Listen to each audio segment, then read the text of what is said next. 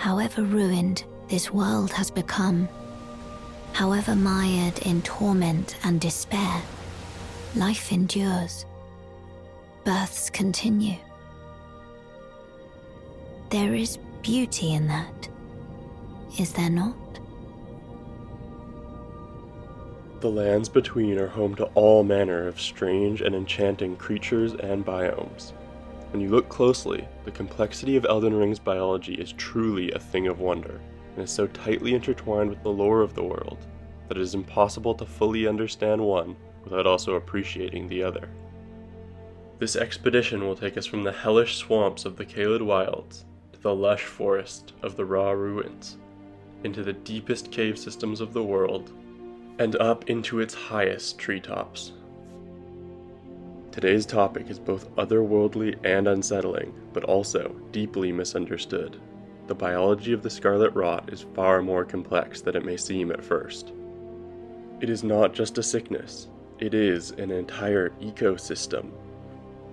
An interconnected web of symbiotic organisms including plants, animals, and fungi which work in unison towards a common goal.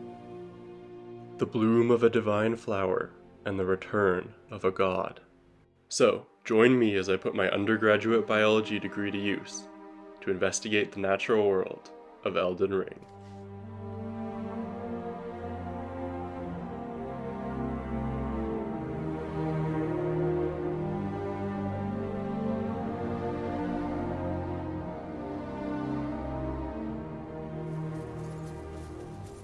As we venture west into Caelid, leaving behind the green fields of Limgrave, the sky turns blood red, and the first signs of the Scarlet Rot can be observed. These tryptophobia-inducing fungal growths arise from organic material which has succumbed to the disease. These fungi grow from the remains of everything, including trees, animals, humans, and even the ancient corpses of the titanic giants found within Caelid. Anything living seems to be fair game for these fungi. Their real-world inspiration are Sarcocepha coccinea, commonly known as scarlet elf cups, which similarly grow on decaying organic matter. Intriguingly, those who worship the Scarlet Rot cover themselves with mushrooms, and it seems they do this willingly. Overgrown mushrooms form a towering headpiece. To those enraptured by the Scarlet Rot, they are holy vestments that root one to the earth. Long ago, great lords served the Scarlet Rot. Perhaps such fungal bodies served as their crowns. This is also reflected in Malenia's Clean Rot Knights, who are covered in what appears to be hyphae, which are the root analogues of fungal bodies.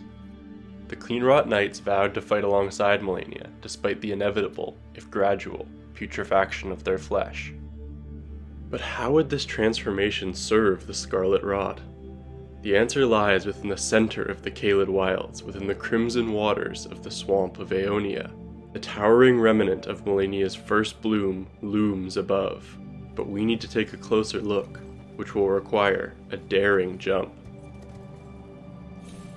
From this closer vantage point, we can see, alongside more red-capped fungi, the scarlet buds that grow from these twisting branches.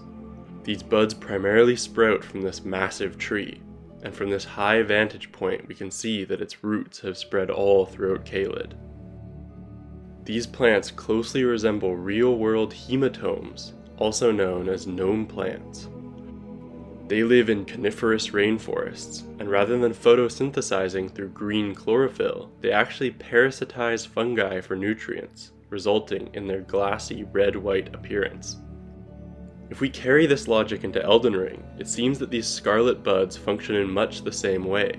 This monolithic flower is covered in these fungal growths, and on closer inspection, buds can actually grow separately from the main root system, instead arising from beds of the red-capped fungi.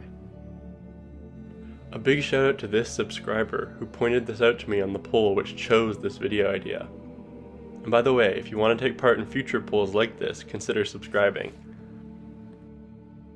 Just like their real-world inspiration, these scarlet buds consume mushrooms to grow, specifically those which arise from organisms which die to the rotting sickness. These plants may have originated in raw ruins in the aptly named Church of the Bud. Although the buds here appear different to those in Caelid, it's clear they are at least closely related species. These flowers were not always associated with the Scarlet Rot, but one of the church's patrons, Romina, weaved this divine element into them so they would survive the fires of Mesmer's purge. We will talk about Romina's transformation a bit later, but it is clear that after coming into contact with this twisted divine aspect, she changes both her own biology and that of the buds. And the changes she makes grants them the adaptations they needed to survive the purge and its aftermath. The smoke from the fires combined with Marika's veil would have blocked all sunlight, the main source of energy for these plants. In return, Mesmer left piles of corpses, and so Romina needed the buds to adapt to this new food source. The Scarlet Rot thrives on death, and so she made it so that the buds could subsist only on it. This is why we find them growing in the cavernous halls of Ra, where no light can penetrate. We are told that now these buds are said only to grow in lands blighted by the rot, and the reason why is clear. They have become reliant on the red-capped fungi, which grows from disease and death. And suddenly the reason behind the Mushroom Lord's transformation makes perfect sense. They are allowing their bodies to be consumed by mushrooms, so that these fungal bodies might in turn act as food for the scarlet buds. Because we know that the buds are both of extreme importance to the rot, and more than just flowers. The girl, Millicent, she is a bud, green and undeveloped, waiting to flower into magnificence. What a wondrous day that will be. Now, I'm not saying that these buds contain the daughters of Melania, even if they do seem to have been born from the Aeonian swamp of her first bloom. What's more important is the parallel. Millicent and her sisters are referred to as buds. We learn at the end of her questline that Millicent trusts you, rather deeply in fact. Sever that trust. Nurtured by betrayal, her bud will flower most vividly. This idea of reaching divinity through suffering is tied deeply to Buddhism. The main symbol for this ideology in the religion is the lotus flower, which grows within murky swamps representing the sins and hardships of life, only to emerge as a pure and radiant flower. A divine flower that can be achieved through suffering. As you might have guessed already, this is the inspiration for the Scarlet Aeonia, and its biology reflects this. The flower needs death, it needs the suffering of those afflicted with the Scarlet Rot to grow. And only once it is consumed enough can it transform this misery into something divine, which will give rise to new life in a wide variety of forms. The Scarlet Rot kills, the fungi breaks down the bodies, only to be consumed by the buds. When these buds have grown enough, they will flower, creating new life, while also spreading the rot further, beginning the cycle again. And this life is not solely composed of plants and fungi either. A number of animals are able to coexist with the rot, and even thrive within afflicted lands. Arthropods, such as insects, arachnids, and centipedes, seem to benefit the most from the rot. Returning to Ra ruins, this time at its base, we find a meandering river named after the fearsome creatures which call it home, the spider scorpions. This breed of scorpion was native to the realm of shadow, but was far smaller in size. Recent giant scorpions are said to trace back to the Church of the Bud. These arachnids don't just survive within rot-afflicted lands, they grow to monstrous sizes. We also see this in the giant dragonflies which patrol the skies above the swamp of Aeonia. We also find giant ants in the rot-afflicted Halig tree and in the Ainsel River nearby the Lake of Rot itself. While these ants don't inflict Scarlet Rot in-game, the Antspur rapier does, implying a relation. The Scarlet Rot induces gigantism in insects and arachnids, but why? In the case of the ants, we can see within their nests that they collect bodies, and large mounds of flesh are a perfect substrate for the Scarlet Rot. While the scorpions don't spread rot directly, they are poisonous. And, as we learn from the poison incantations, they are of the servants of rot. Those who dwell within poison know rot all too well. the death that begets life and comes to all equally. That is to say, it is the cycle of rebirth put into practice. This is the core principle of rot. It is not just death, it is the life which arises from death. It is nature, brutal and unsettling at times, but truly beautiful at others. Insects break down organic material, which only then can be absorbed by larger species. While many view this process as unsightly, it is the base of every ecosystem on Earth. Likewise, poison kills, but it also feeds. And because of this, creatures that are naturally poisonous are able to integrate the rot into their own biology. We can observe this in the Miranda blooms and the land squirts, which are actually based on a bizarre phylum of real-world animals. Tunicates are actually ancestors to modern vertebrates such as fish, which are free-swimming as juveniles, but will attach themselves to the sea floor, losing most of their fish-like features, and spend the remainder of their lives filter feeding through a pair of siphons. In Elden Ring, because these creatures are poisonous, they can integrate the Scarlet Rot into their biology. And of course, creatures of the Scarlet Rot also aid in its spread.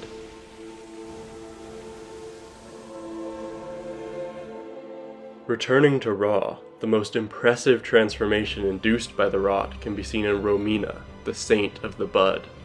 Once an ordinary horn-scent woman who came into contact with the outer god of rot, she has assimilated the biology of a centipede, a scorpion, and a butterfly to create a truly imposing and beautiful form.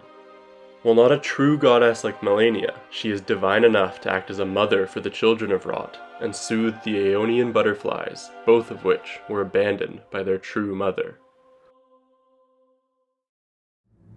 Up to this point, we have intentionally left the most prominent creature within the ecosystem out of our discussion until now, the pests, or the kindred of Rot. These are not like the other animals we have observed thus far. They show a level of cultural intelligence which rivals that of humans. Glaive made from a hard, sharpened shell, wielded by the pests who emerged from the swamp of Aeonia. Though men might recognize the keen intellect of the pests, evidenced by this spear's uncanny design, it will never be understood by them. We see the pests practice some form of a religious ceremony in the Halig tree. We see them coexist and even work alongside both the Mushroom Lords and the dogs afflicted with Scarlet Rot.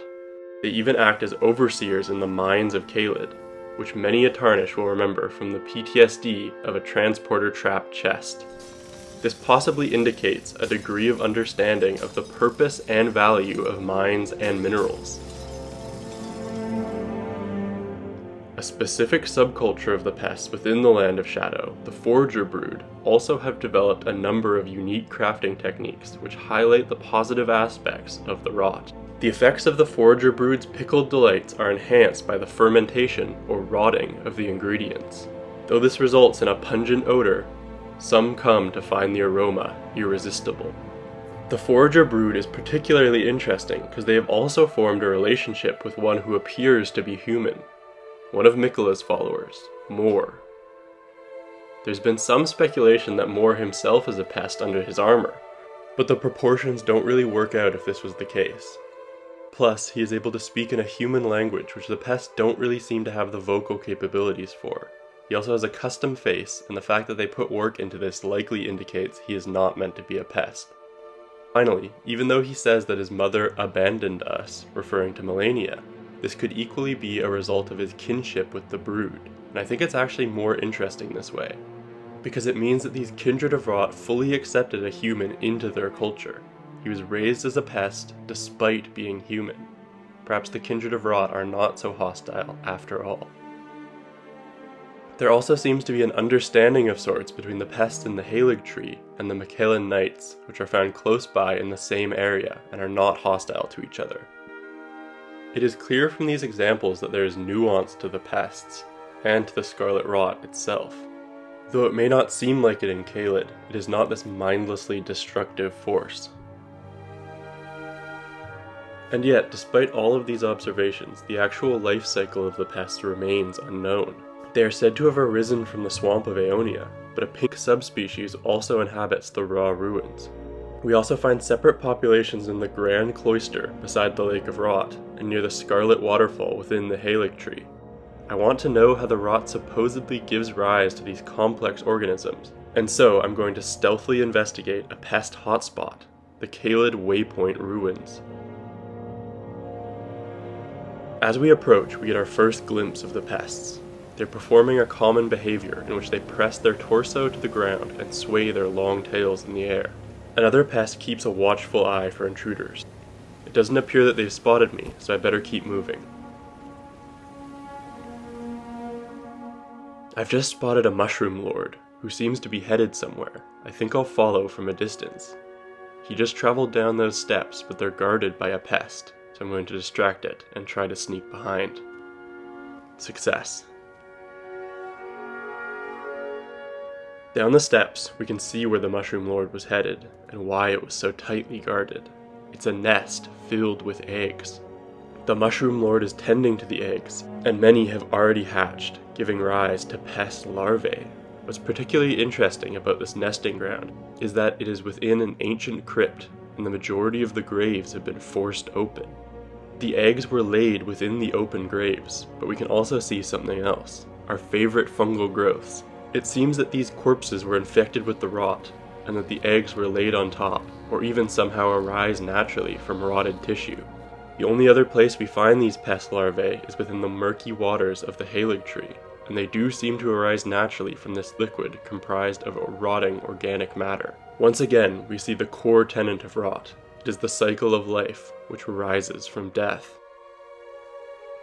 The biology of the pests gets even more interesting when you realize they all have a small fungal growth protruding from the back of their head. This is obviously inspired by the cordyceps fungus, which infects insects, taking control of their bodies so they can spread the fungus further. I don't think this works in quite the same way, however, in Elden Ring. The Scarlet Rot is an extreme example of symbiosis, and all pests, even the non-hostile forager brood, have this growth. The answer to how it really functions lies with the sage Gowry. If we attack him, we experience the deeply unsettling revelation that he is actually a pest. Or is he? We shall meet again, you and I.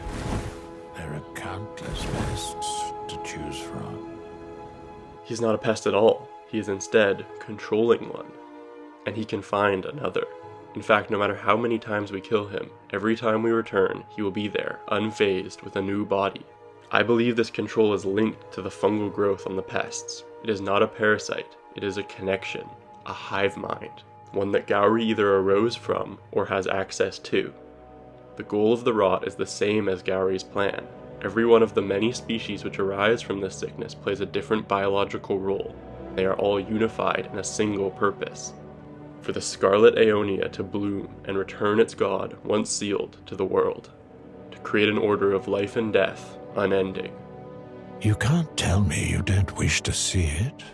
When Malenia ascends to godhood as a Scarlet Valkyrie.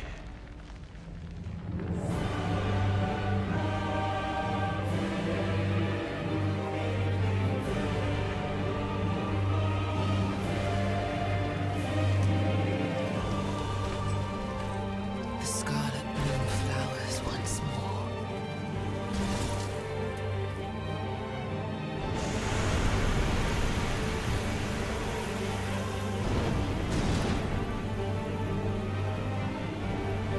You will witness true horror.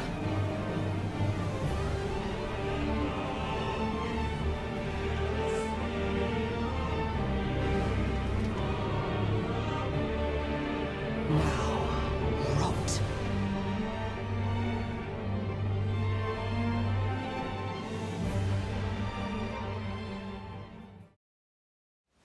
I hope you enjoyed this investigation into the Scarlet Rot. If you did, let me know. If this video does well, I'll make more biology videos like this in the future. Also, channel members saw this video early, so consider joining if you want to support the channel, or if you want access to my Elden Ring Miro board. Thanks for watching, and I hope to see you next time.